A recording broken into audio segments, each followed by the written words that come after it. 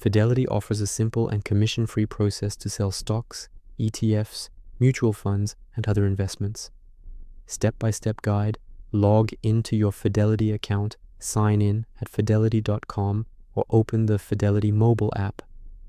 Go to your portfolio, click Accounts and Trade, select Positions or Portfolio to view all your holdings.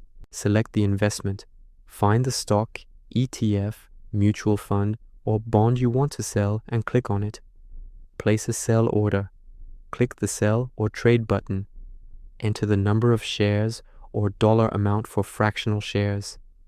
Choose your order type, market order, sell immediately at the current market price. Limit order, sell only at your specified price or better. Review and submit.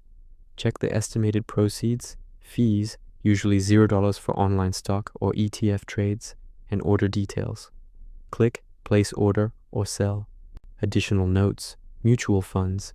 Sell before the daily cutoff time, usually 4 p.m. ET for same-day execution. Retirement accounts. Selling is allowed, but withdrawals may have tax implications. Proceeds from stocks or ETFs are typically available for trading the same day, good funds, and fully settled in one business day.